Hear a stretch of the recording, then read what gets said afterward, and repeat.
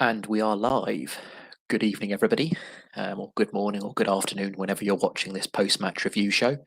It is the post-match review show for Manchester United 1, Watford FC 0.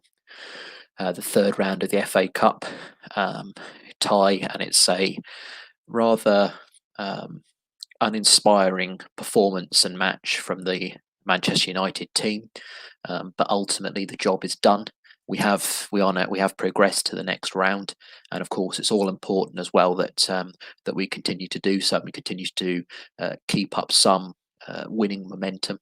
Obviously, really bouncing back from that disappointing midweek result against Manchester City, with a determined and dogged performance in some ways this particular match from Manchester United. We'll start off where we normally do, which is with the team news and the selection and formation from Ole Gunnar Solskjaer, and where we felt that Ole may have got that correct or may have got that wrong, and what his sort of selections were really and his thought processes. We saw Dean Henderson come in goal. We know that it's important for both him and David De Gea with two, you know, excellent number ones almost. You could argue that either one of them would be number one at another club, but obviously you need to try and fight that out for and obviously show some stiff competition in there. So, it was good to see Henderson get a run out in goal. In terms of right back, a bit of a surprise with Brandon Williams coming in on that side. We haven't seen a lot of Brandon Williams this season, obviously with the signing of Alex Telles, which has limited his starts because, as we know, last season Brandon Williams was getting many starts and many minutes in the left back berth, but understandably with Shaw retaining some good level of fitness, and obviously, like I've mentioned previously, with Alex Telles coming in, there have been scarcely any minutes for Brandon Williams, so it's good to see him in the right back spot. There is an argument that potentially Ole Gunnar Solskjaer is looking to utilise him more in that area as a deputy for Aaron Wan-Bissaka, particularly given the fact that a couple of our sort of players that were there have been moved out sort of on loan, or are being looked at to move out on loan, or moved on to other clubs. Centre backs, we had two of our two quick centre backs, Axel Tuanzebe and Eric Bailly in there, and I was quite pleased with that in many ways because we are looking to give them more minutes, and I think one of the crying shames of Ole's tenure so far this season has been the fact that Axel Tuanzebe hasn't necessarily got the amount of starts or minutes needed, and hasn't really been given a chance. Within the centre backs, there was a chance for him to really shine and stamp his mark on a game as well. So it was good to see both of those two playing.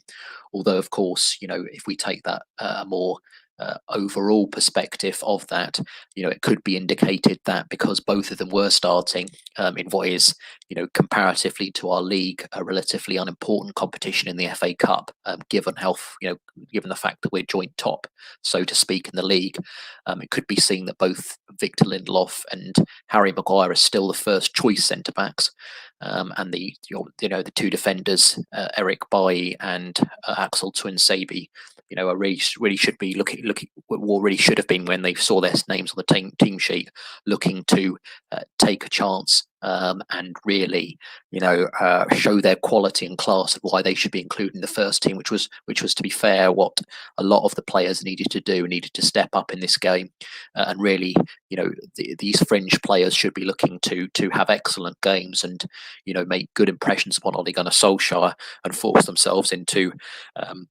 the first team for what will be more important league fixtures coming up, obviously midweek against Burnley, and then of course the big one that we're all looking forward to, the away fixture against Liverpool at Anfield next week end.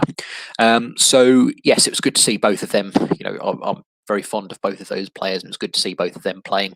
And of course, we also had in the left back position, we had Alex Telles.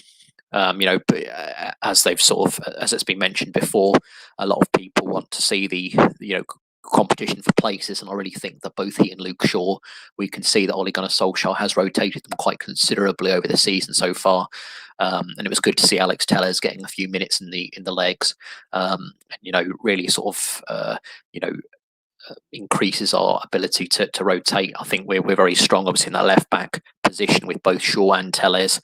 Both of them are doing well, and obviously are well thought of by Ole Gunnar Solskjaer. So it was nice to see him. In midfield, I think Nemanja Matic, was someone that a lot of people wanted to potentially start. But in midfield, we did see the introduction of Donny van der Beek, who is the player that is on most Manchester United fans' lips, crying out for him to get more minutes and more game time into him whenever he's played. I know that a lot of Manchester United fans have been impressed by his calmness and composure and possession. Some of the passing that he showed, he shows he's very competent, controlled, and composed upon the ball. So yes, obviously the passing and distribution of him, is one of his greatest assets that he possesses, and it was nice to see him getting some minutes. And of course, Scott McTominay joined him in the centre midfield, adding a bit more of that steel, tenacity, and resilience that McTominay is famous for, and really also being given the captain's armband. So it was nice to see Scott McTominay in there as well. And obviously, as we sort of move further up the field, we had Jesse Lingard playing in obviously an attacking midfield role. With I believe it almost seemed like Mata might have played there. Mata and Lingard were quite interchangeable, but obviously Mata and Dan James completing on the wings, so to speak, and obviously Mason Greenwood getting a start up front as a number 9. Of those, it was good to see Jesse Lingard getting a few minutes. He's someone who's had his off-the-field troubles, which we're all aware of, but also, of course, he's also had quite a few injuries. So it's good to see him back in and amongst the fold. Can be an important squad player, I think, as we move into the crucial part of the season in the next few months, and hopefully challenging for major honours moving forward. To sort of finalise my team selection thoughts, having Mason Greenwood playing as a centre forward is something that many Manchester United fans, including myself, wanted to see, because we do see that Mason Greenwood is almost the heir to the centre forward crowd, thrown at Manchester United, or he can be, and he's often been, because of Martial or Cavani, he's often been asked to play on the wing, which isn't necessarily his position. So, in what amounts to quite a routine match against a Watford side, who are, of course, the league below now, it was a good chance for Mason Greenwood to show what he could do in what is and will, I'm sure, in the future be his preferred role. So yes, the team itself was quite a well rotated one. It was good to see, on the other side of it was good to see rest being afforded to certain key players. Bruno Fernandes, for example, was given some rest. A chance to sort of recuperate after what was quite a poor performance all round for him against against Manchester City. And of course, also as well, Harry Maguire. A lot of people thought that because Harry Maguire is the sort of designated, almost Ole Gunnar Solskjaer's stalwart, who never seems to get dropped in that central defence, a lot of people thought he would get to play again from the start. But it was good to see that a few of those players who Ole has almost overused, shall we say, over the course of this season and also the last season, which completed so late, as we all know, due to the pandemic. It was good to see that some of these players were getting some time to rest and recharge their batteries and hopefully come back stronger, because obviously you've got many important and integral games coming up, which we need them fully firing and ready for. In terms of, we sort of move on to the actual match now and the ins and outs of it, as we often do. So, in the first half, I thought for the first 15 to 20 minutes, Manchester United were very good. I was highly optimistic and positive with the way that we started. I thought we were quick, alert, and almost first to every second ball. We had Leeds, we had Watford, I should say. We had Watford pinned back quite considerably, and we were all sorts of neat and quality passing triangles. I thought, Dan James seemed to be on the left wing, seemed to be getting acres of room. But as we've often seen with Dan James, sometimes there's the lack of end product or quality when he gets the ball in these excellent positions in order to create or score from. So Dan James in those first 15 to 20 minutes was quite wasteful. Like I said, he's someone who, because of his pace and his physical abilities, is able to generate a lot of space for himself. But there were quite a few occasions that we saw where shots and quite a few errant shots and a couple of crosses which weren't actually directed to anyone. They were just into spaces, and Mason Greenwood perhaps should have made more of a movement to it. But at the same time, if you're Dan James, one of the things that you've got to do is be aware of your surroundings and aware of where you can find players, and showing a real spatial awareness. But on the occasions that Dan James did have opportunities, there were almost sort of wild shots or wild crosses, which were no good to man or beast. Obviously, going back to the first few minutes, it was Scott McTominay who broke the deadlock.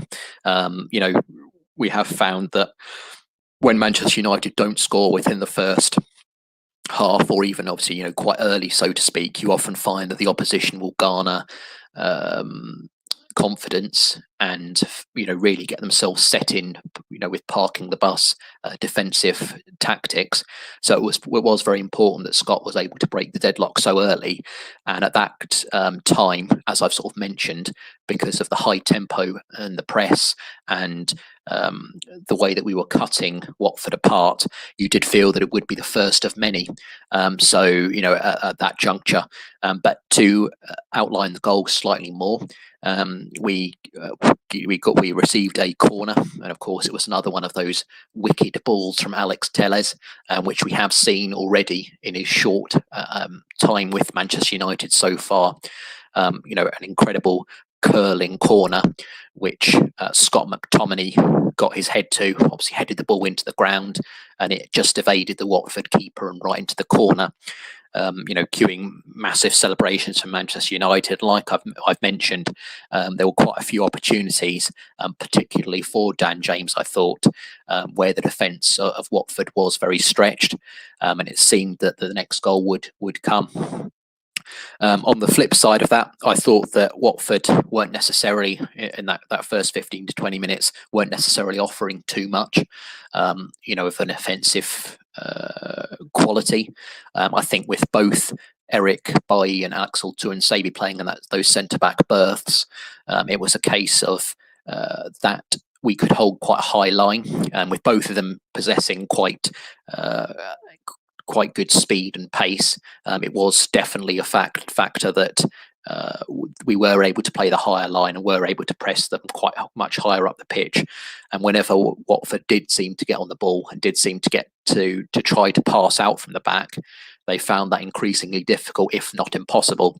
And I can't, really think of any Watford chances within that first quarter of the first half that they did create, where there was a dangerous situation, because as I've spoken about, I think Eric Bailly and Axel Tuanzebe were first to every ball, and in particular as well, I think Alex Telles, from a defensive standpoint in that first half, was also superb.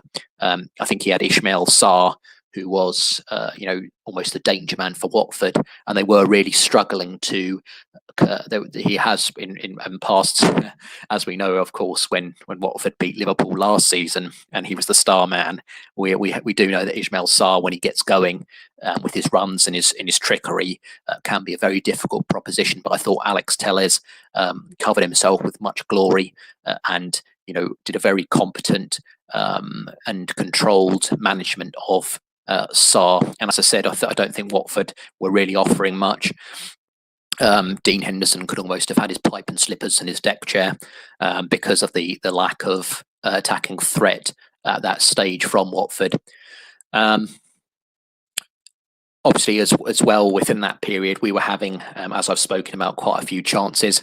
There was, again, from those set pieces, there was another incredible ball from Alex Telles from a corner, which Eric Bailly sort of stooped his head to. We became the sort of free man. It was good to see. But of course, his header went slightly just wide of the far post, quite directed downward header. But it was showing that we were able to create chances from these set pieces. And again, as I've spoken about, Greenwood wasn't necessarily getting too much of the ball, but certainly Dan James was in amongst the thick of it. And of course, you had Scott McTominay was winning balls back here, there, and everywhere. And even at this stage, Donny van der Beek, was showing why he's so highly rated by Manchester United fans, with some excellent tackles, some passes, really, keeping hold of the ball. But there was a real lack of, I think, sometimes there was quite a bit of lack of incision or looking for Greenwood. And even on the occasions that I remember in that first half when Greenwood did get a nice through ball, it was obviously charged down quite quickly when he made quite a good run to get free in that penalty box. As the sort of first half wore on, I think Manchester United did sort of start to sit back. They couldn't necessarily keep up that pace and that energy. And I think maybe after the sort of 20-25 minutes, I think United were really sort of struggling to maintain that high level of intensity. And that did mean that Watford were able to get back into it. Having said that, I think there was a statistic which the commentator made, which said that Watford, I believe, had only scored one away goal, I think, this season, or somewhere in that region. So, they are quite a toothless team, altogether. So it was quite important for Manchester. It was quite easy, retrospectively looking at it, was quite easy for Manchester United to contain them. So we then sort of moved as it went sort of through the first half. I think the only the sort of most the biggest chance I think that we did create in that first half, because obviously with Watford, gaining more belief and authority in the game, it became increasingly hard to break them down. I think their defence really had sort of set in, and there was a real firm resolve from the defenders that they weren't going to allow Manchester United to extend the lead, and obviously try and keep themselves in the game as long as possible. Having said that, obviously with a team like Manchester United, even when we are using some of our more peripheral players from the squad, there is always that hint of quality and real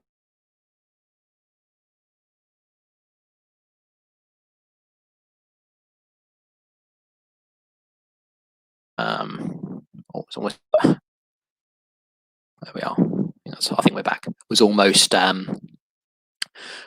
finished off by Juan Mata, and within that passing move, you did have an excellent Cruyff flick from Donny van der Beek, which sort of split the defenders, and Juan Mata really, probably should have done better with his shot. I think it was stopped by the goalkeeper, but at the end of the day, I think Juan Mata will be disappointed in himself that he wasn't able to slot the ball home and give obviously Van der Beek an assist, but also score and really put the game, if not to bed, at least make the game more comfortable and give United a real cushion going into half time. Like as I've sort of mentioned, I think from a defensive standpoint, Watford were gaining confidence. We saw that, as Ole Gunnar Solskjaer has now referenced a lot of the time, you'll remember in previous shows, if you've been a long watcher of the Real United talk, you'll remember that in previous shows we did speak about set pieces and our fragility and frailty on those occasions, and it was the case with Again today, I thought that was where Watford were getting a lot of their joy with some of the corners and the free kicks. Some of the corners that came in, it seemed like they were almost half cleared, and there were a few half chances for Watford. But at the same time, there wasn't necessarily a golden opportunity that went begging. I can't really think of a time where we were cut ruthlessly open. I do remember that in the first half when because obviously Watford were growing increasing confident, but at the same time when they were trying to break out, they were finding it difficult and trying to get Sarr in on the break. And there was quite an anxious moment, shall we say, when the ball was horsed down the line and Sarr was running after the ball. And Dean Henderson decided that he was going to obviously do a bit of Manuel Neuer sweeper keeper role. Came racing out towards the ball, and luckily got there just in time.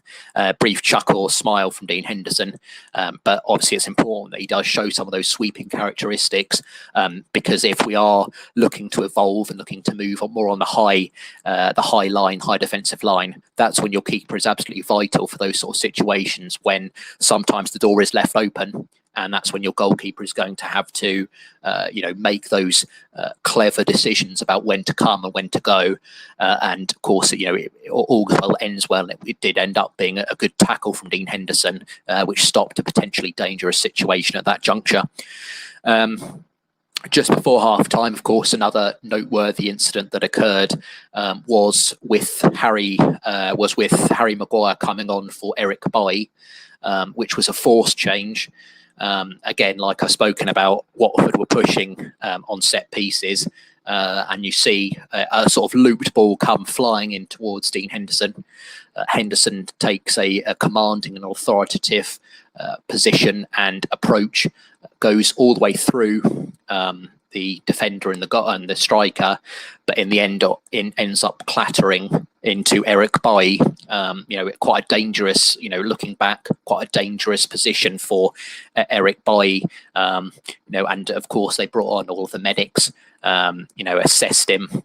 There was evidence that it would be a stretcher job, possibly required, such as I believe that Bailly went off on a stretcher against Chelsea, I think in the FA Cup semi-final last season, but that wasn't necessitated.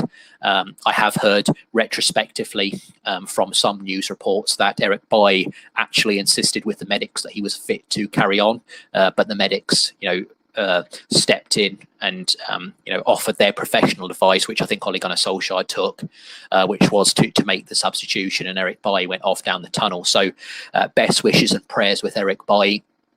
A lot of people, again, who have watched the Real United talk previously will know how much I respect, value and admire Eric Bailly, and really think that he could be the answer to our central defensive woes this season, with his pace, and I think often sometimes one of his underrated and underappreciated assets is the way that he holds onto the ball and he's quite calm and composed in possession. So I'm hoping that it's only a minor injury for Eric Bailly, and that if he's not available for Burnley, he certainly will be against Liverpool, which is such a crunch game, as we've mentioned previously. Also. So yes, Eric Bailly went off. Harry Maguire didn't look too pleased, because I think he was almost looking forward to quite a nice, relaxing evening where he wasn't necessarily called upon.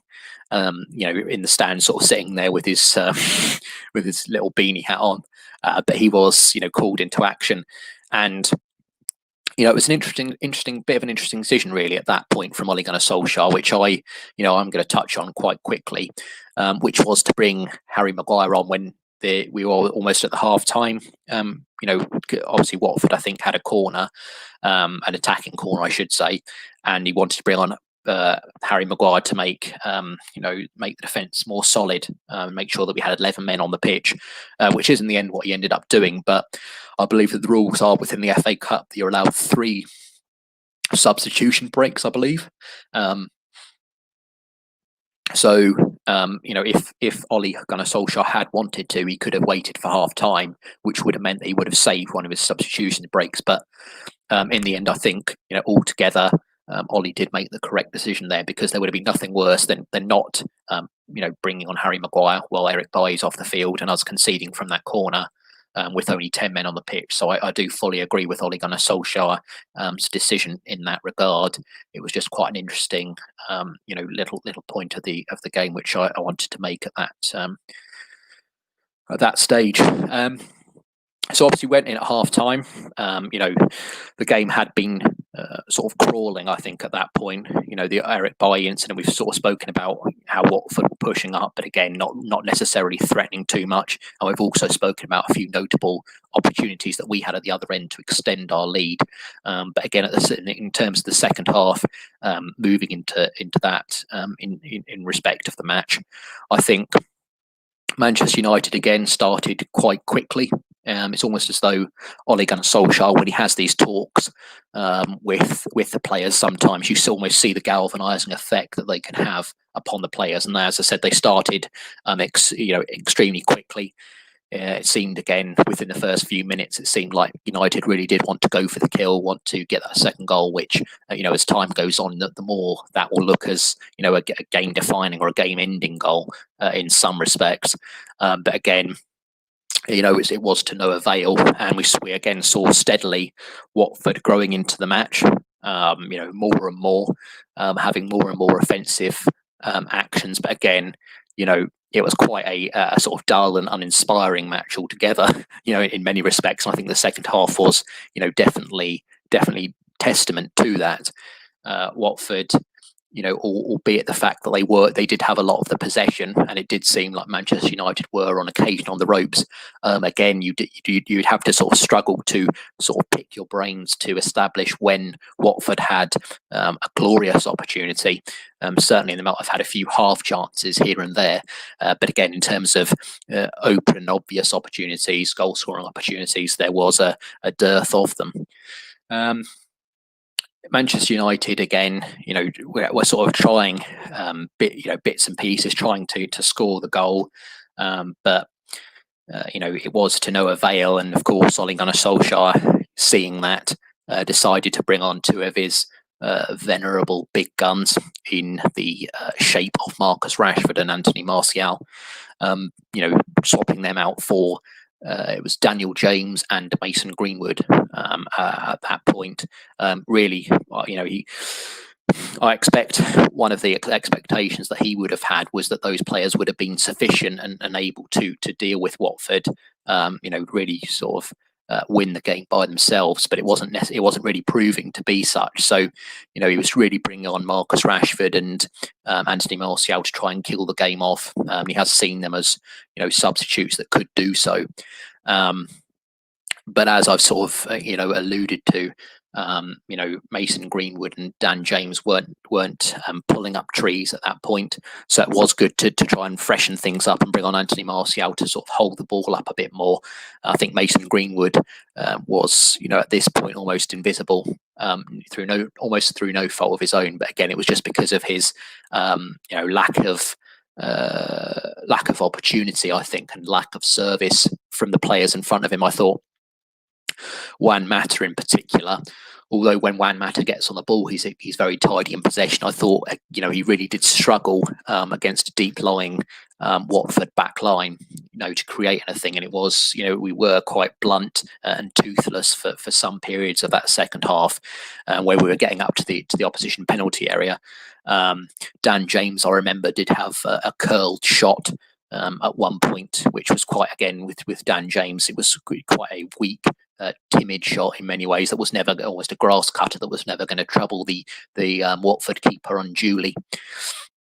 When Marcus Rashford and Anthony Martial came on, I think there was, an incredible run by Marcus Rashford, which we saw I can't remember which Watford player it was, that was then injured as a result of trying to track him back. But that's what you see with Marcus Rashford in full flight. He's almost like a cheetah or a gazelle, springing through the grass, voraciously, trying to score that all-important second goal. But again, that was quite a timid shot, quite a weak, quite easily savable, so to speak, for the Watford keeper, which ended up as I sort of spoken about, it meant that it was then needed a bit more of a nervy finish or end to the game than otherwise might have been. Both and Anthony Martial didn't necessarily affect the game. I think there wasn't any sort of opportunities for him. I think he held up the ball quite well and won a few important corners. Won a few important free kicks, I should say, to give us a bit of leeway and a bit of lift off. But again, there was the game was almost sort of drifting, and when the game does drift, as we know, when the game is tight and any sort of goal can influence things, Ole Gunnar Solskjaer often does utilise Nemanja Matic as that sort of safeguard, that night watchman, to use a cricketing analogy, who isn't there to sort of shepherd and see the game through. We did see from Matic that he did bring some of his erstwhile calm and composure to that central defensive role when he did come on. He was doing some bits and pieces in and around breaking things up, passing the ball off. But again, it sort of went into the final minutes, and obviously we were sort of hanging on because even against a team as toothless as Watford are, almost like a goldfish in many ways, in terms of their lack of offensive threat. Even in those latter stages when a team does push up, I can't remember a decent opportunity that Watford created or where Dean Henderson was scrambling. I think all of our defenders had things very much in control. They were losing the ball in some silly positions through tiredness, but altogether, there were a few personnel, I think, that hadn't necessarily stepped up or grasped the opportunity that Ollie had given them to try and impose himself on his first team plans, as I've mentioned previously.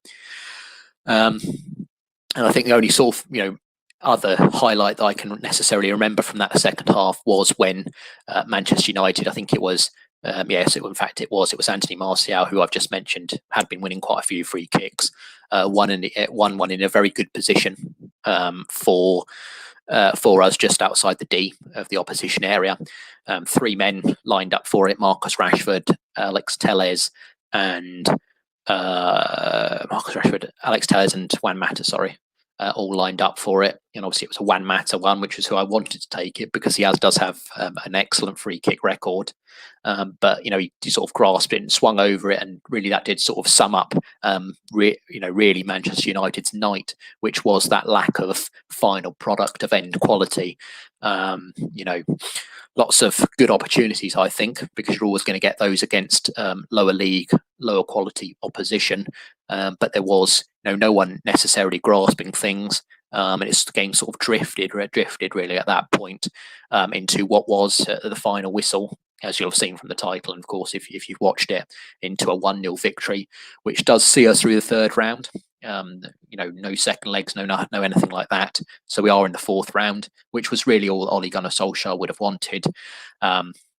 But certainly, I think he would have anticipated that more of the players showed some of the effort that they showed. I think in that first 20 or so minutes for the first half and the first few minutes of the second half, he would have really expected some of them to improve and some of them to really push in on his plans, for the league season. But I don't necessarily think that too many of the players did that. I thought Scott McTominay altogether had a very excellent match. He always offers. You almost know what you're going to get with Scott McTominay, running down things, defensively very solid, and of course he got his goal. I also thought that Donny van de Beek had an excellent match as well. In fact, I believe that he sort of had the highest passing accuracy at 95% and completed more passes, 70, and won more tackles, 3, against Watford, in fact, than any other Manchester United player, which is excellent. So it did show that he was, statistically, but also upon the eye, he was an excellent player throughout the match. And I think that is with Donny van de Beek that I will be giving the sort of man of the match, my man of the match too. Although I know that Scott McTominay was definitely up there, and I know that for a lot of Manchester United fans, he would have been your man of the match as well. I also thought that Alex Telles was excellent, particularly in that first half, creating so many opportunities. It is just a shame that some of our players heading ability or scoring opportunities from some of his crosses from free kicks and corners could definitely be better. So that's something which the players need to sharpen up upon and brush up on as we move into the second half of the season, as it soon will be. So yes, as I said, Donny van de Beek will get my overall man of the match for his performance. I think really, he's someone that we could be seeing more minutes from, more game time. Particularly with tighter schedules and with potentially injuries coming up. On that front, our sort of parting thing in respect of the game is that an important win. Something which gives us a bit more momentum, some of the momentum that we lost with that disappointing defeat to Manchester City midweek, hoping that the players can really use this as an opportunity. And I think it was nice for the major players that we have, a lot of the big players, to get a bit of rest and recuperation time, as I've spoken about. And ultimately, the win is the win, no matter the result or no matter the way that we played. So we're just going to have to be hopeful that we can continue winning matches, especially when it matters over the next couple of fixtures in the Premier League, particularly with our aspirations, which have increased since we perhaps started the season.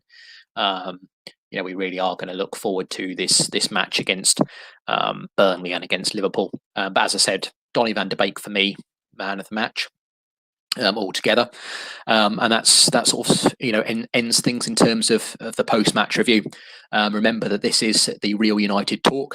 You can follow us on Twitter, or you can DM us, direct message, I should say, our Twitter account if you do wish to be involved in the show.